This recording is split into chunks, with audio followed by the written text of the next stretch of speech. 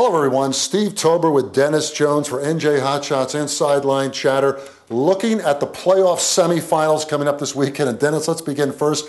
We both were wrong on a couple of games, a couple of sections. West Orange and North 1 Group 4, Glen Ridge and North 2 Group 1. Both go down. Teams we picked to win the sections. That's part of the fun of the entire scenario. No question. We had Glen Ridge winning the section, like you mentioned. Not really predicting that they would fall that way. They played a tough game, but they were really outmatched, and I was really surprised by that. You mentioned West Orange. Union City really handed it to them. West Orange, a little disappointing there. They played good games, but really couldn't get over the hump there. Union City got up to a 13-0 lead, and that was it. You know, part of the criticism, Dennis, of the playoffs by some people, in addition to being too many sections and PowerPoints are too complicated, repeat matchups. But you look at Union City West Orange, it's intriguing the way Union City as an 8 seed comes in and wins there. This weekend, there's at least a half a dozen repeat matchups. Orange, Caldwell, Bridgewater, Raritan, Hunterdon Central, Union City, Montclair. Many of them, and I think it adds to the intrigue in the semifinals. It actually does, and like you said, there's some criticism around it, but one of the things I like about it is it's so hard to beat a team twice, and you know that, Steve. Well, you talk about Morristown, West Morris, Ramsey, Riverdale. Yes. It goes on. I mentioned Orange, Caldwell, and again, the Orange Caldwell game may be a little deceiving in the score. But let's begin. Let's look at a section with a game, certainly a feature game, where there's not a repeat matchup, but certainly a lot of intrigue. When you talk about North 1 Group 1, Mountain Lakes and Hawthorne. Hawthorne, which is a team which won 9 in a row. Ryan Hollis, outstanding quarterback. Mountain Lakes, a state current longest 34 in a row. How do you see that game going? That should be a fantastic game. Mountain Lakes really are going to have their work cut out for them. Hawthorne showed me something in their win against Butler this weekend. They showed that they can win on several different ways. They can air it out and they can do it on the ground. Ryan Hollis was tremendous. They really fooled Butler with that halfback option pass. Well, how about the other game, though? Cresskill and Wallington. Now, Wallington looking to make their first final since 1990. Actually, that year, ironically, they played Cresskill and beat them in the final. Here's a Cresskill team that comes in off a win over Saddlebrook. And Wallington just been cooking. They've been averaging 40 points a game and just rolling it on people. And it's been Chris Sullivan. I mean, he scored 4 rushing touchdowns all by himself the other day against Emerson Burrow and quarterback Charlie Vellis. You can't forget about him. The two of them combined really make Wallington go. And your semifinal winners are?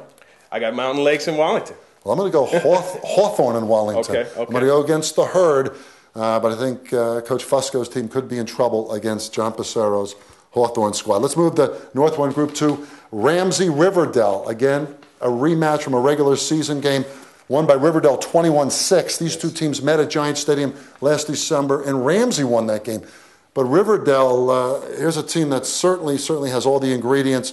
Brian McGooey, their quarterback, and Ramsey, though, is tough. And this second meeting is not going to be as easy for Riverdale. I agree. I do like Riverdale in this game, though. I think Riverdale's much stronger this year than last year. I don't see the same things happening. You got Mike Prisciello, 85-yard kickoff return for a touchdown in this game against Mawa. 85-yard kickoff return touchdown. They're good on special teams and offense, and I like them to win. The other matchup, Lakeland, Lenape Valley. Tom McCormack's team, I think they're really red hot in the red uniforms, while Lenape Valley, I mean, they were down 24-14 in the fourth quarter to Pequannock, had to come back. Don Smolin was even a little hesitant afterwards in terms of how his team was playing and looking ahead, but I like Lakeland in that game. You like Lakeland? I really like Lenape in this game. They showed me something. I was down on them in in the first week of the playoffs. They really stumbled in, losing their last 2 games. I didn't think they had it all there, but they really showed Pequannock at halftime that they were not done, and they came out with a firepower in the second half and really put up some points. 21 straight points to beat Pequannock. Well, you like Riverdale and Lenape Valley. I'm going to go with Lakeland and Riverdale. Let's turn to North 1 Group 3, where Wayne Hills is the top seed. They'll host 4th-seeded High Point. You got to like the Patriots here, Dennis. You talk about rolling. They really made a statement against Wayne Valley, their crosstown rival, 48-0 in the quarters.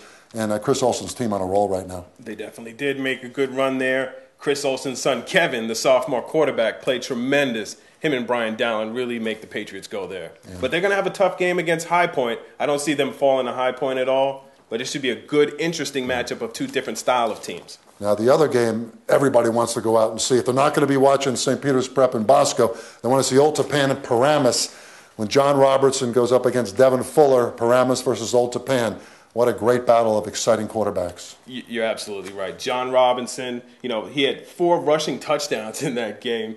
Against Old Japan, it's going to be 2 quarterbacks, like you said, that can really make it go. John Robinson, more of a passer,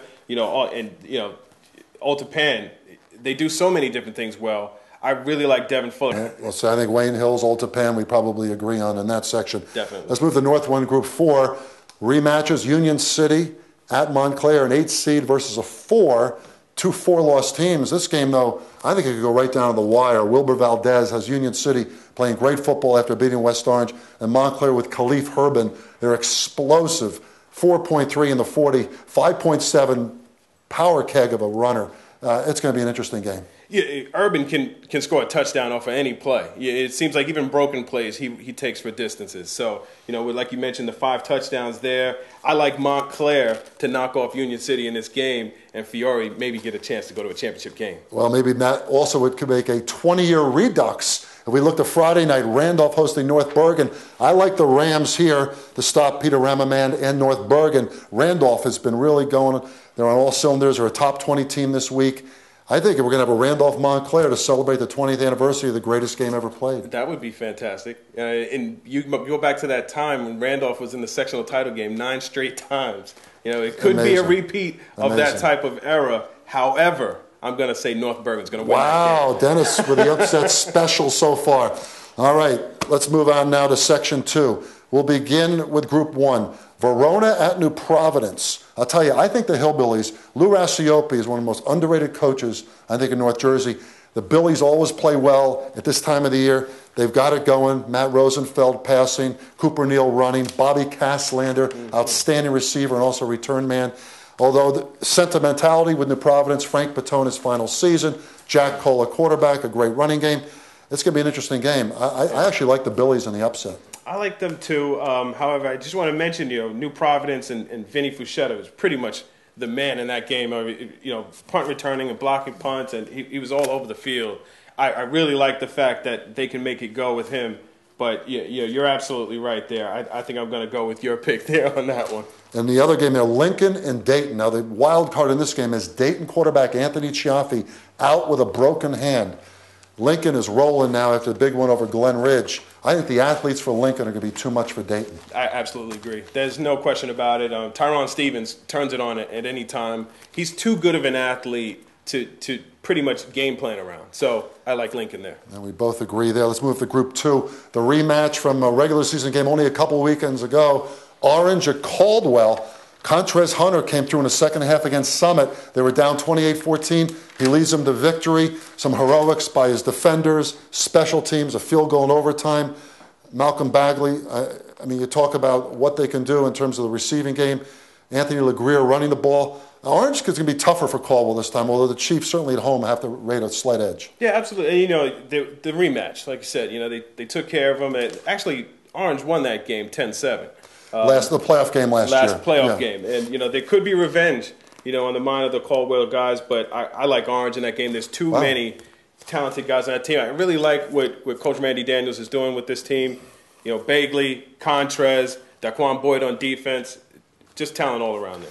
I can't necessarily disagree in the sense. Orange is a great team. I just think Caldwell at home, they play such great defense. They hardly give up any points. Since the beginning of the year when they lost to Montville, they've been on a roll defensively. I'll give Caldwell a slight edge there. The other game, Rutherford at Madison. I don't see Rutherford having a shot in this game. I was impressed with them in terms of their running the spread against West Essex, but I cannot see them holding down Matt McHale and Aaron Font, Colin McClendon. Justin Goodwin, their outstanding sophomore, had a great game. We were talking about him last week. Too many weapons for me from Madison. They're averaging 43 points a game, Madison is. They remind me a lot of last year's Summit team, who just run up the score, tremendous will to make points, and I like Madison. I think we both agree there. You'll go with Orange in the other game. I'll go with Caldwell. Okay. And then in Group 3, another rematch, and some people are saying, well, can Morristown play with West Morris? Mm-hmm. They played 4 times. They'll be played 4 times in the last 2 years. A lot of football. But Morristown, Kevin Gaskin coming off a big game for Morristown. But West Morris has really had their number recently. They've beat them the last 2 times. And one thing I like about them is they don't beat themselves. Morristown sometimes can get that done. Sometimes there are too many penalties, and things like that can mess up the game, and I like West Morris. Tom Cabarrelli has scored in 19 straight games, which is interesting. A runner certainly to watch there. The other game in that section in North to Group 3, Nutley and Rawway, a 7 seed against a 6 seed. Right. Gary Mobley, another underrated coach, much like Lou Rassiopi, who spoke about at Verona. Gary Mobley at Rawway, coming off a big win over JFK Island. I like them a slight edge over Nutley, who came back. Again, you got to give the Maroon Raiders credit. They were down 21-0 to Colonia, came back and won that game in exciting fashion. With Del Moro, the halfbacks, setting a single game playoff record with 6 touchdowns. Yeah. But I like Rawway in this game. I'm going to disagree with you here. I'm going to stick with Nutley. I had him last week. I'm going to keep riding him. Matt Del Moro to 6 touchdowns, but what really impressed me, he carried the ball 46 times. He was the workhorse in that game. When they were down, they gave the ball to Del Moro, and he delivered. This is going to be an interesting game. Hakeem Cornegay, a big playmaker for Rawway. But you could be right, Dennis, in terms of Nutley. I saw them in season opener this year. They came back from a 20-0 first quarter deficit against Bloomfield, won that game. Right. They came back last week against Colonia, down 3 scores. You can't count out Steve DiGregorio's club. We'll see what happens, but I'll stay with Rawway, and we both agree on West Morris. Let's move to North 2 Group 4. Another rematch, Bridgewater Raritan, Hunterdon Central. Here's a team here at Hunterdon Central I think is on a roll right now. I have to go with Hunterdon Central in this one. I'm a little shocked by that. I actually like Bridgewater Raritan in this game. Too many athletes on this team, and their defense is top-notch. I like Bridgewater. Let's move to Phillipsburg, Piscataway. I'm going to go with Hunterdon Central, as I said. Okay. Justin Scherzo had a concussion last week for Phillipsburg, out there, outstanding quarterback. Piscataway athletes, they had a couple of guys out last week that are back. I think I got to go with Piscataway in this one. I got to agree with you. And if it wasn't for the concussion to Scherzo, I would probably go with Phillipsburg. I'm going to go with Piscataway. And we're running short on time, but let's go to the non-public Group 4. Big showdown, Bergen Catholic, Seton Hall in the semis. I mean, the Peters-Bosco game certainly big in non-public 4, but I think this is the moment of truth for the Seton Hall program. Here they are on the precipice, undefeated. Kevin Monangai, Connor Wojak going against Tanner McAvoy and Bergen. This is going to be some show. This is the star power game. I mean, this is what the Seton Hall Prep kids have been waiting for. This is their chance. I hope they get it done. I'm going to go with Seton Hall Prep in an upset over Bergen Catholic. What do you think, Steve? I'm picking the Prep as well. I think Monangai and the Pirates get it done. In the other game, I'm sure we both agree Bosco over Peters, even though Rich Hansen's team has Savon Huggins and others, but Bosco, Gary Nova and company, just too much. In non-public Group 3, St. Joe's DePaul. DePaul's been playing very well, yes. Knocked off Immaculata, but St. Joe's has really been on a roll. Chris Andrews, their quarterback, coming off a huge game. I like St. Joe's in that game. However, I just want to agree with you about DePaul and how they're playing. They're playing tremendous. I just think they'll be overmatched against St. Joe's. I'm not sure Sean Kenny, Pope John in the other game will get it done at Holy Spirit, who was one of the top defenses in New Jersey. Absolutely. I'm going to go with St. Mary's there. Oh, you're going to go with the Holy Spirit? Yes. Okay, I'm going to go with Holy Spirit as well. And in a non-public Group 1 and 2 combined, some interesting games. St. Joe's, Hamilton, St. Anthony, St. Mary's, Rutherford, Holy Cross, Quadri, Hubbard, and St. Mary's. He had over 300 yards against MKA. I'm going to go with Holy Cross. I'm going to go with St. Joe's, so I picked to win the section. I'll stick with you. I'll go with Holy Cross. Well, Dennis Jones, a quick rundown of the playoffs. Everybody, enjoy your semifinals. Remember to log on to NJ Hotshots Inside Line Chatter for the best in high school football. Enjoy those games on Friday and Saturday, and we'll see you next time.